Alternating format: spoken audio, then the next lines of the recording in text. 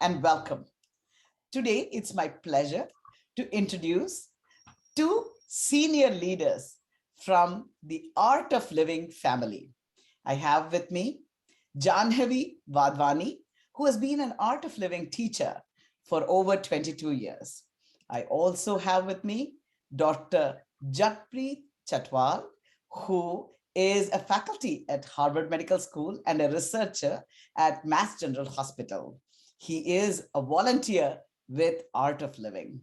The two leaders are with me here to describe the great work of their guru, Gurudev Sri Sri Ravi Shankar, who is the founder of Art of Living. Gurudev is a humanitarian, spiritual leader, and an ambassador of peace and human values. Through his life and work, Gurudev has inspired millions around the world with a vision of a stress free, violence free world. Janhavi, Jagpreet, welcome. Namaste. Thank you, Thank you. Ranjani. This is Thank you, Janhavi, and thank you, Jagpreet, for all you have done for years supporting this amazing organization. But I hear that Gurudev is visiting United States with some very interesting propositions and interesting ideas. So could you tell us a little bit about the visit and what does he hope to accomplish from this journey here? yeah, absolutely. As you mentioned, Gurudev Sri Sri Ravi Shankar is a global humanitarian, and he's an ambassador for peace. So everywhere he's gone, whenever there's been issues with countries, he's gone to try and resolve with conversation, with peace alliances. And so he went to the borders of Ukraine 2 weeks ago, and he saw the condition of the people, the condition of the refugees. And when you're there in person, of course, it hits you even deeper. And he saw that there were people who wanted to do something but were feeling helpless. And I think that's what a lot of us over here feel, right? Like, we hear in the news, but we feel that helplessness. Mm, And he said, instead of feeling helpless, you can just shift that and say, no, I can do something. So he started this campaign called I Stand for Peace. And it's a message saying, even just by shifting from feeling helpless to saying, no, I take a stance, I can stand for something, I believe in something, empowers us as individuals. So even though we're one human being, we feel empowered that I am part of something where I can stand for peace, and my stance makes a difference. And so he started this campaign called I Stand for Peace. And he went to Germany, and he started it there. He's going to be visiting a lot of cities in the United States. I think about 20 cities have been planned, and so he's been doing one city every day. He was in Boston on Monday. On Tuesday he was in Connecticut. Wednesday he was in New York. Today he was in Washington D.C.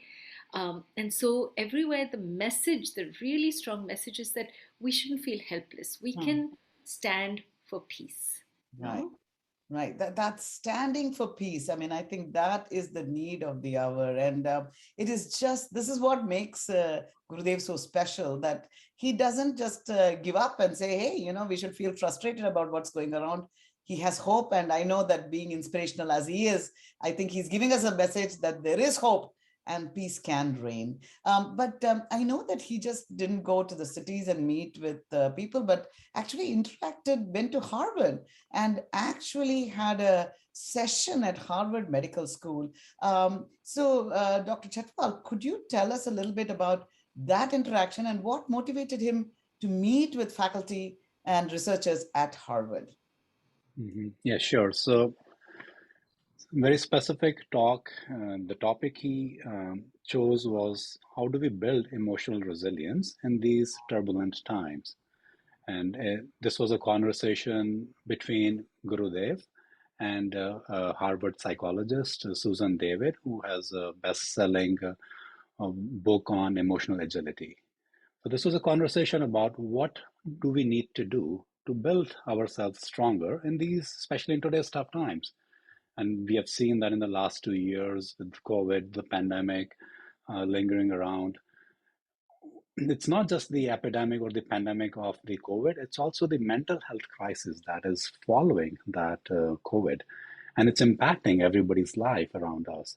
So, what do we need to do to come out of that? How do we become more resilient? Yeah. So, there was a conversation, there were uh, discussion about things that we should be doing, like practical tools, like again, the importance of bringing breath into our daily functioning. How do we do maintain our mental hygiene? He often talks about an example of like dental hygiene. There's a practice of mental hygiene that we all should be aware of and practice it every day so that we become resilient and able to come back from the tough situations or the low times. And this was the main objective of that conversation.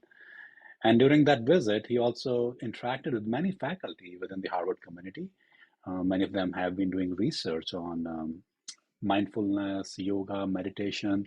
So there was conversation about how do we bring more of this research forward and bring these techniques and tools into mainstream medicine.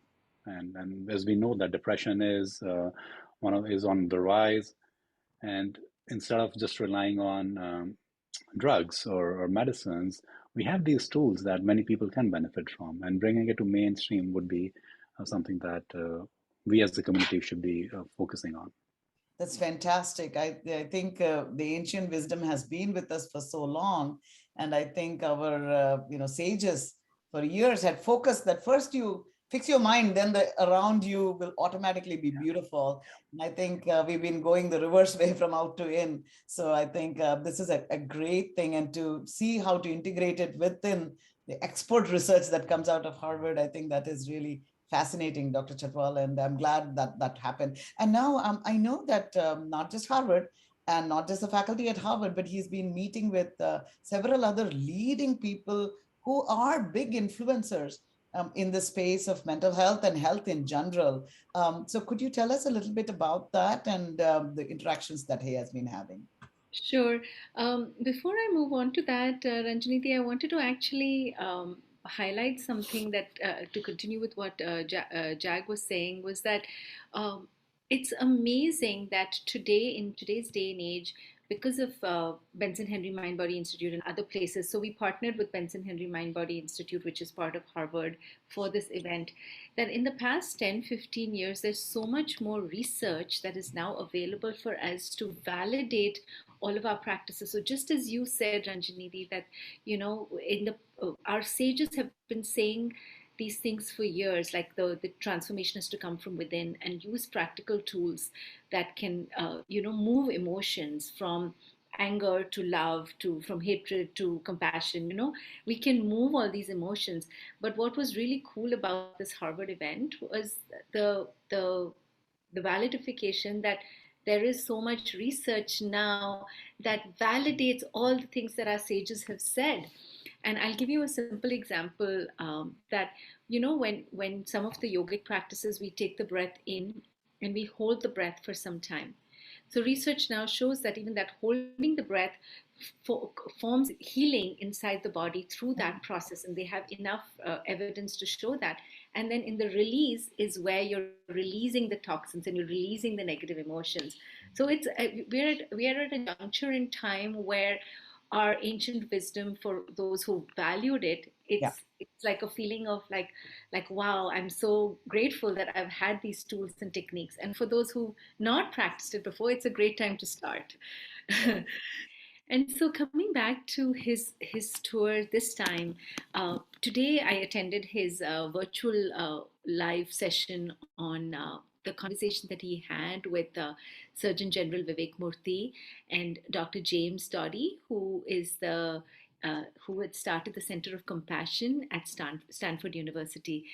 And that conversation was enlightening in its own way. And it was just so beautiful how the Center of Compassion and mainstream experience of the Surgeon General of the United States and Gurudev Shri Shri Ravi Shankar all came together, and the messages that each of them gave were so powerful.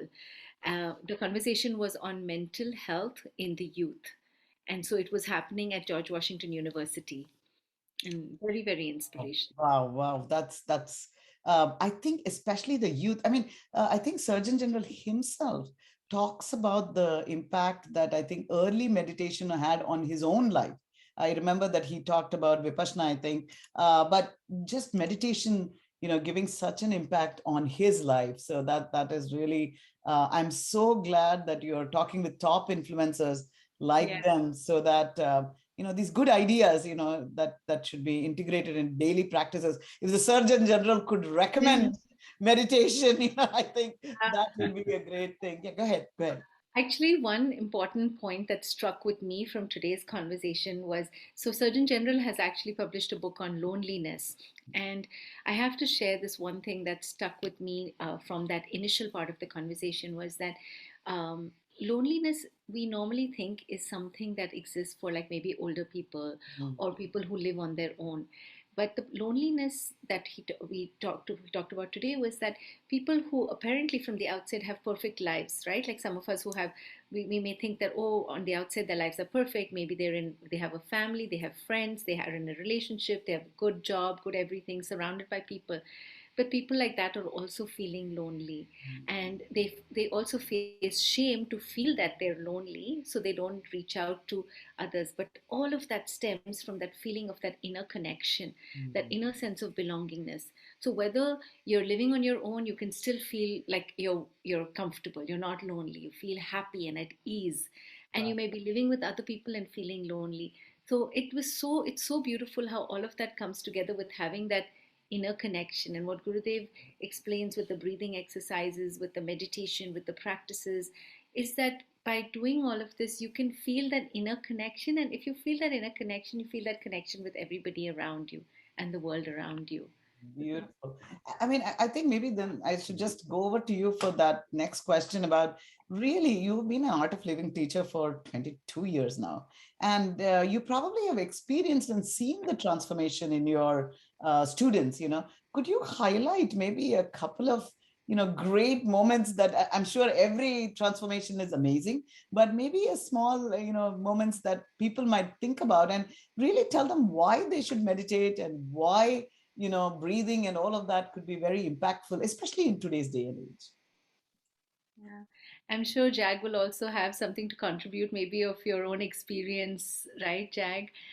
Jag is on his way to becoming an art of living teacher as well very soon, so it'll be wonderful. And he's been organizing courses at MGH for the physicians and the medical community. Yeah. It's called the Healing Breath Workshop, which is mainly designed for the medical community.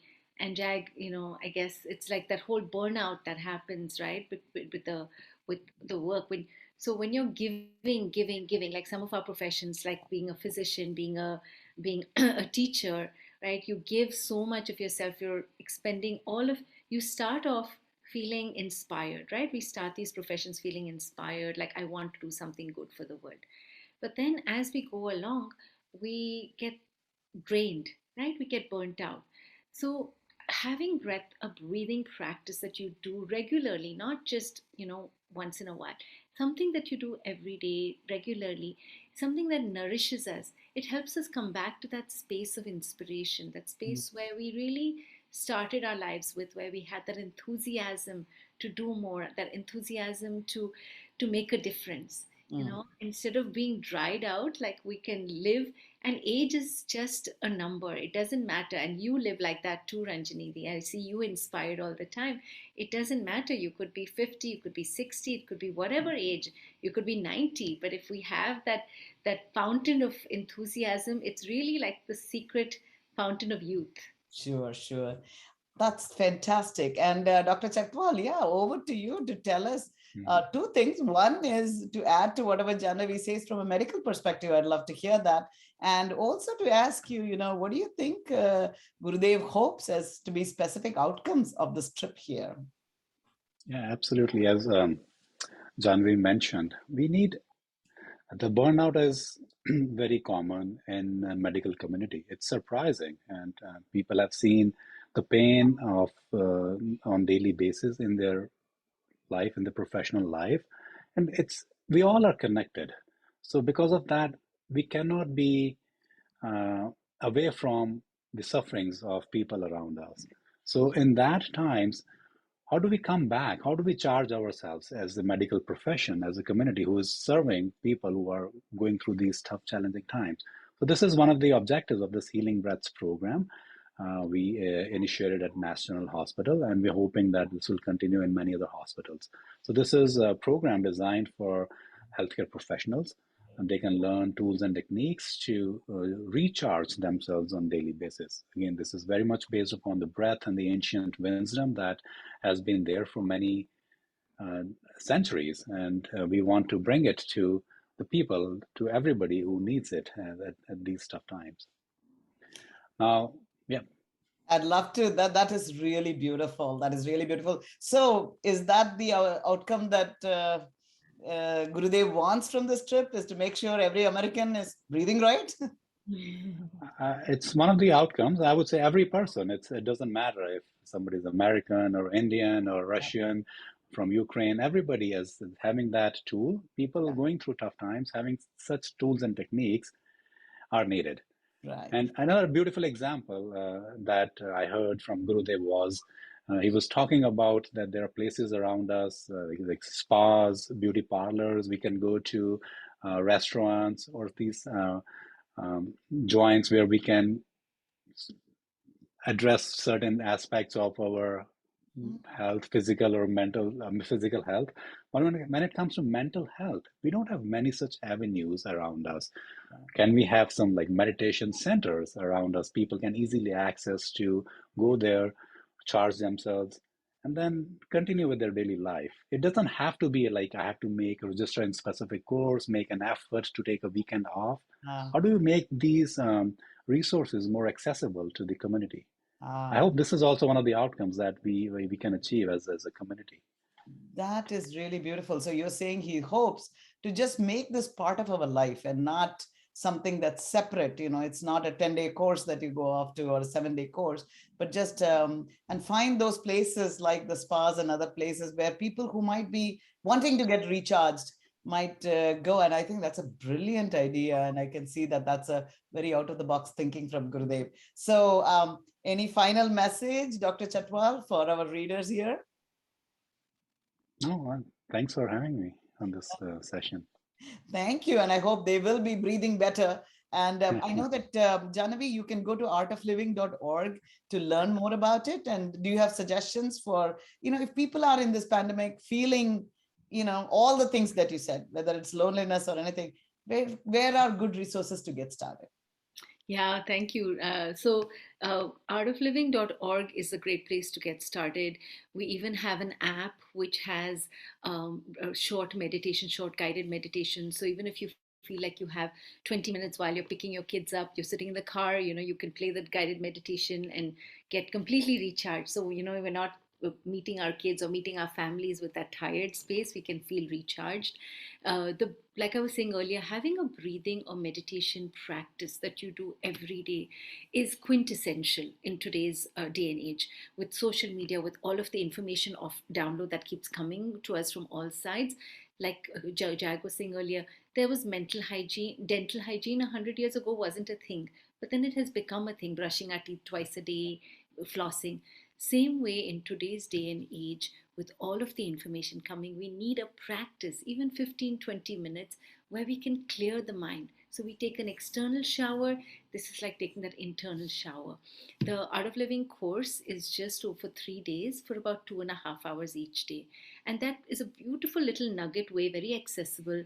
You learn a little bit at a time each day, and it builds up into the Sudarshan Kriya, the sky breath. So for sure, you can go online, artofliving.org, and the sky breath workshop would be a good place to start, in my suggestion. That's really fantastic. So I think in this interview we have learned from a medical professional himself that what we need to do. It's really critical for our health, and that is now validated by all the research that's happening at no less than Harvard Medical School. And the Art of Living teacher, who has been doing this for 22 years, has seen that transformation in her students as well. So I think Gurudev has been working through wonderful volunteers like you to make a big difference. And it's very, very heartening to know that Gurudev is convinced that peace will happen. And once, he's an enlightened soul, and I'm sure when he says things that that will come to fruition, and we will be living in a peaceful society moving forward. Thank you both for your time. I really appreciate it. Namaste. Namaste. Thank you. Thank you so much.